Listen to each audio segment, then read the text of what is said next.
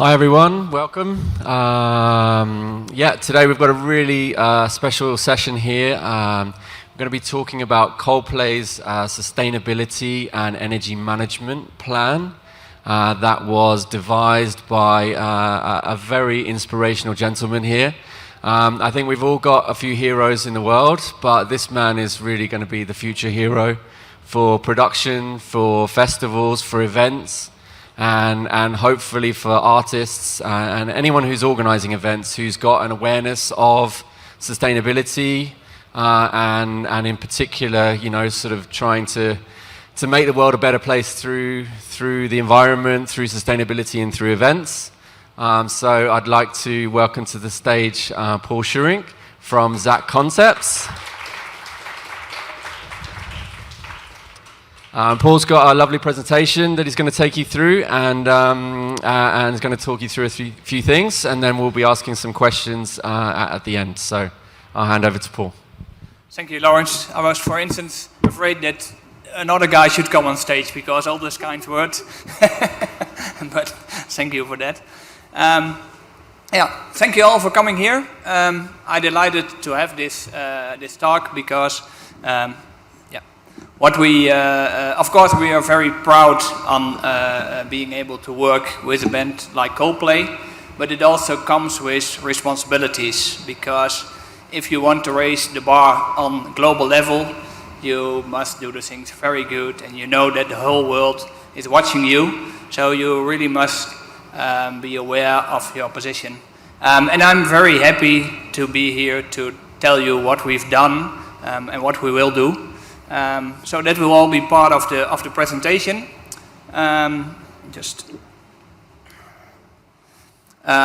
What we're going to do, I'm first going to talk a bit about the general sustainability plan of Coldplay, and the second part will be a deep dive into their power system.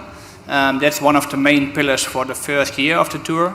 And for sure I will try to keep some more time for any questions, so I really hope that you at the end of the presentation come with all your questions to me, because this is really the time, and I'm free to speak. I can tell you, I can give you all the information. So that's also what Coldplay wants. They will raise the bar, but they really see it as their task to share everything they learned with everyone. So I'll first talk about how to start, CO2, the principles, then a brief overview of the initiatives the Coldplay sustainability team has come up with. It's all full transparent, so you can read it all also on their website, and then we'll go into the power. The principles and the CO2, first of all, and it's too obvious, but it's so underestimated, the reduction of the impact. Very often you see that on a large scale everyone is very busy by CO2 offset, trying all things around the real issue, and the real issue is that you don't want to spoil anything. You want to be efficient as possible, and this is really where you can make the difference. You have to be very critical to everything you do. So if you can reduce anything, you will put full effort on the reduction and doing things in another way than trying to cover all the bad emissions of what you've done. So that also means that you should reinvent things. Why am I doing things, and what is the reason, and what should be the outcome of what we are doing? And then, if you've put all your effort in that process, then you go to restore. How can we make sure that things being damaged in the past, how can we restore that? But please take this as the very important lesson. Put all your effort in reduction and preventing of any unsustainable issues. But if you want to do that, and that's good from Coldplay, the previous tour, they already knew, okay, this is going to be an issue. So they already took some measures, and they had lots of information, data from their previous tour. So that's a real good start. You need to know, okay, where are my real emissions and what can I do to make sure that those emissions will not be polluted in this tour again. That means reduction. How can we do it? Tour planning is very important. Transport, how can you make the planning most optimum to limit transport, like in, for instance. Then also the mitigation, make sure that once you can plan everything you like, but during the tour everything goes different than planned. But you must be 100% sure that you've already thought about it and know how to handle in the case things go wrong. Because they will go wrong, no problem, there's always a plan B, and then there's a plan C, and there's a plan D, and they all have sustainability aspects in it. That's for sure. And that's just, everyone can prepare, but that's really important. And then again, at the last point, when you've done everything, then you can look, okay, what can we do to cover CO2 emissions? But again, that's only the last point. It's important for the overall picture, but please put all your effort in the reduction of emissions. Some of the initiatives. The first one, power. I will keep that for the last. I will tell you much more about it. Regarding travel, it was really a hassle to, and not for us, but for the production company, Live Nation, the promoter, to have a tour which was very efficient in traveling. And they put so much effort in it, and I know how they have done it. So many negotiations to find the right spots, suitable spots where they could sell the tickets, where people could come without them traveling crisscross over the globe, but really make it very efficient. And it seems so obvious, but this is not how they are used to plan. They just plan, okay, this is a free spot, let's go there, and then let's go there. And they just look, let's say, in a practical way, can we get the equipment there? But now it was really, okay, how can we reduce the traveling distance? And they done really good job. We work together with a global brand of biodiesel. Their biodiesel is blended into aircraft fuel, as well as in fuel for trucks and generators. So in the case that we cannot use any electrical equipment or fully emission-free equipment, we will always have, let's say, the plan B that's using fuel. It's called HVO. It's a biodiesel, which is, let's say, less worse than a normal fossil fuels. The stage and the show, and this is the most fun part, I really like it. We did some workshops with all the creatives of the show, and we told them and we teach them about power and more about energy, because the problem with shows is that if you use more energy, that's the volume of power you use, that's what creating the emissions. So you can still have a very good looking show which is very powerful, but it does not consume so much energy. And that's the very important step we made. I will talk to you that later, but that was really amazing, and it was good to see that the creatives, they were getting it. And first they didn't like us because, well, they are creative and they are the masters. They have to build the biggest show, the nicest show on world. But then we came down, okay, you cannot do this, this is too much, this you have to do less, you have to reduce this. But at a certain moment, they really got it, and it's even triggered their creativity more. How can we make a good-looking show without consuming lots of energy? And I can tell you, they did a great job. They really did it. So for sure, you have to see this show because it's really one of a kind. Then the fans. If you, let's say, have a platform like Coldplay, it's very important to not only look to your own process, but help startup people and particularly the fan base is very important. So all the fans, they will get access to a free app to help them to make the best choices on travel.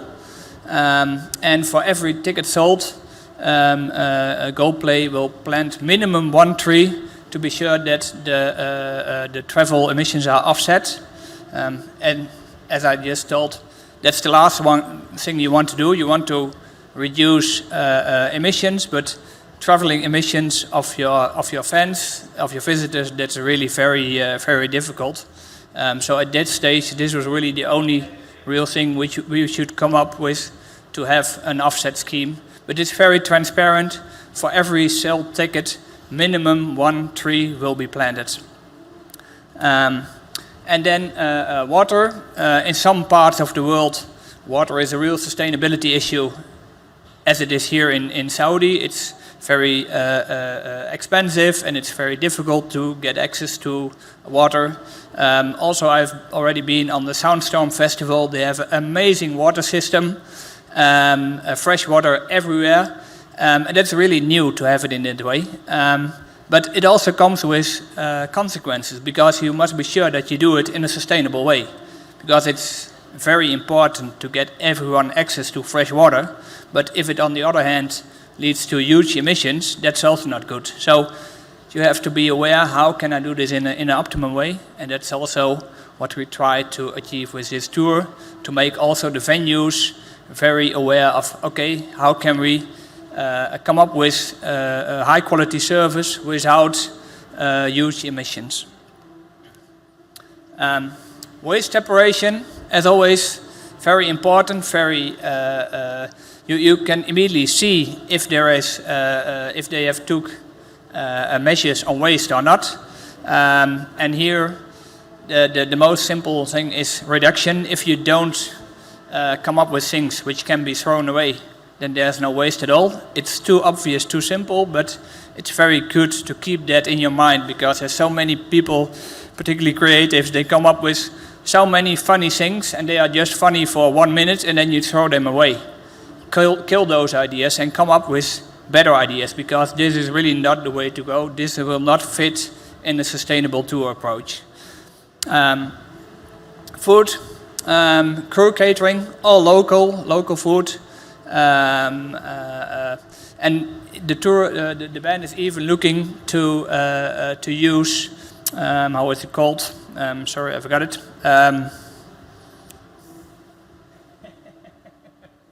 I forgot. Well, it's kind of artificial food, so it's not naturally grown. But sometimes you see that in some cases you can grow food in a laboratory.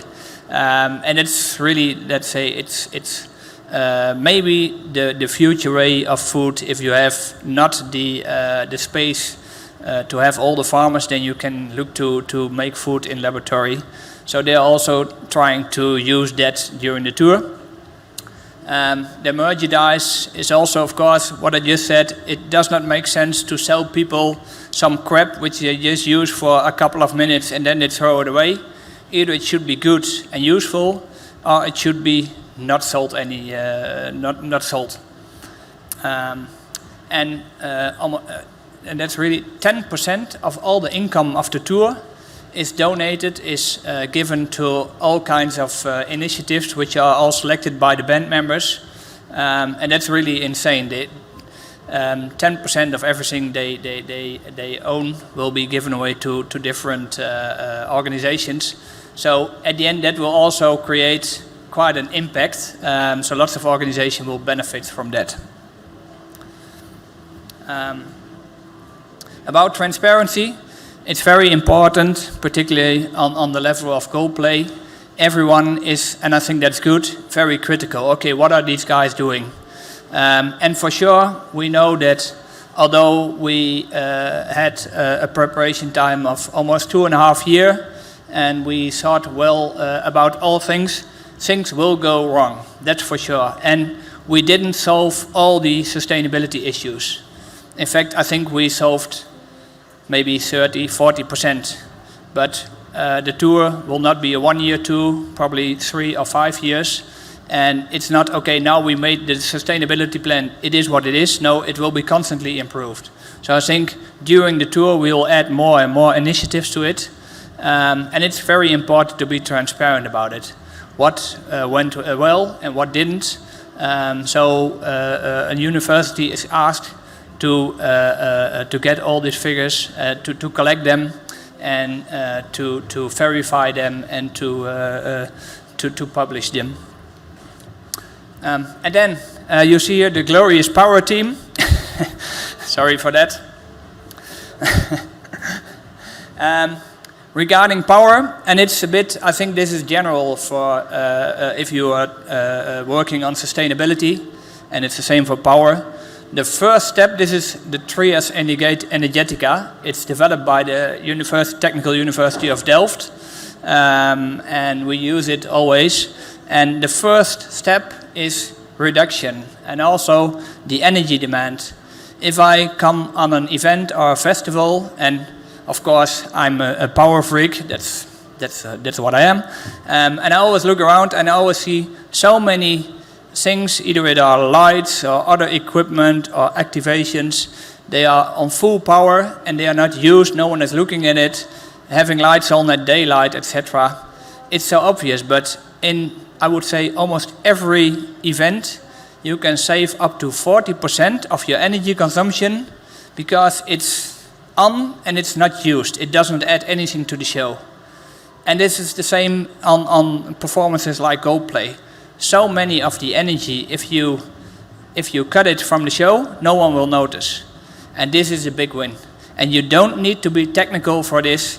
You don't need to be an expert. It's just use your normal, healthy knowledge, and just look. Okay, is this needed? And this is really a very simple thing to do, but this really helps you. Then the second one, that's very difficult. Generate renewable energy on site during your event.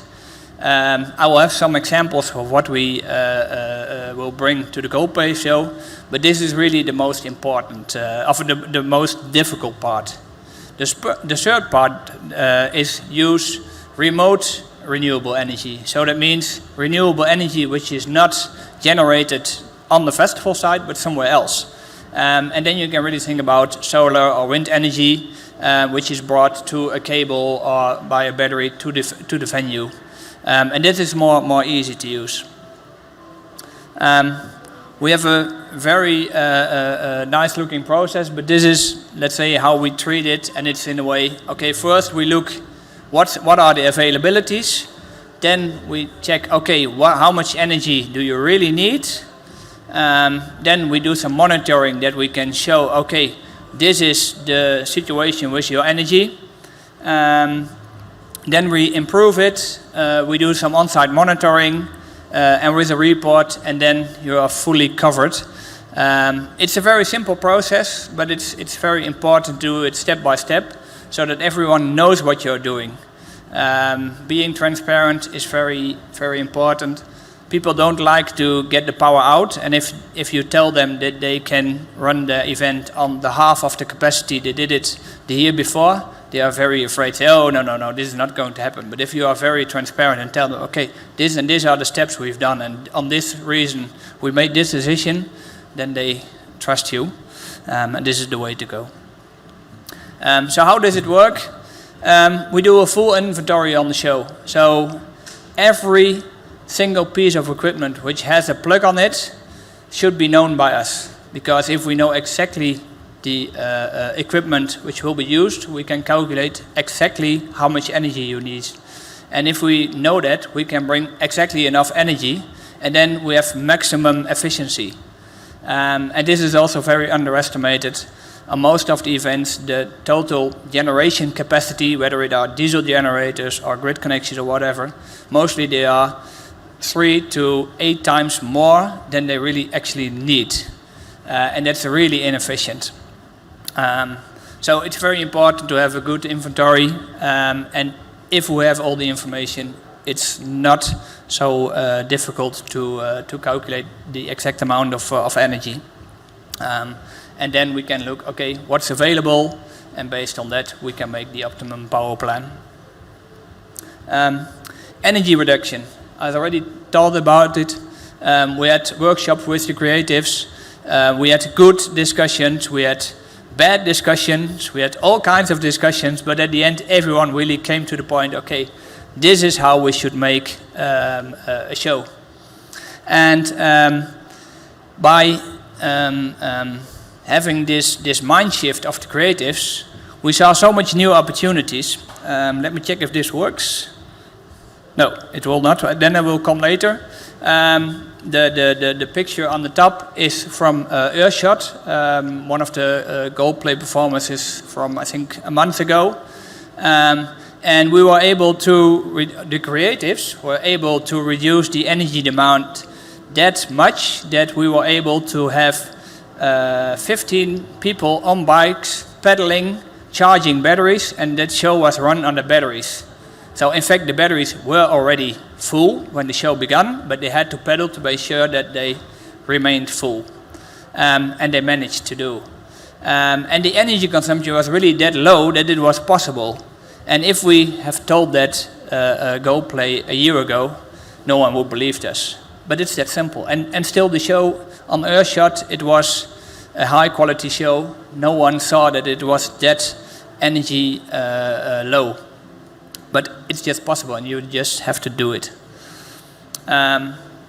Maybe that here yeah, here it goes. So here you see the guys pedaling on their bikes. And actually, well, I said the power was in the batteries, but they really had to keep moving, otherwise the show should have stopped a couple of minutes earlier. Then what we also do is we use lots of grid power. But how do you know if grid power is, if you use renewable grid power or not? This simple question shows you how. It's just the power you use, you are the consumer, whether it's your performance or even your home. You just get power from the grid, and there are so many different sources providing power to the grid. But you pay the company who brings green sustainable power to the grid. So in a way that's your power. And the more consumers are paying for green power, the larger the part of green power in the grid will be. So it really makes sense to buy renewable power, because that gives a better energy mix. And this is how it works. But you do not always have a big enough capacity, particularly if you have an event. You have only for a couple of days, you have a very high capacity and it's not available, but you can use batteries. You charge the energy in the batteries, and if you need more capacity, the batteries will just add some power. And that's, you can see here on the picture below, it's like a basin of water. So you can just fill your basin with a small tight hose, but once it's full, you can have a very large output. And where it goes with water, it's with energy exactly the same. So you have a full basin of electricity. If you need more, no problem, because you have the battery as a buffer, and it will give you the power you need. So this is also how we do it at the Coldplay show. So we create, we call it a smart grid. So several renewable energy sources will be fed into the grid. There is battery storage, and that's supplying the power to the show. This is how it looks like. It's a touring solution, so it must be moved around the globe in a very simple, fast and efficient way. So we made all small blocks which we can connect together during for the show. So this is an example of the battery containers. We will have 8 battery containers to power the show. And this is how it goes. Let me see if this works. Yeah.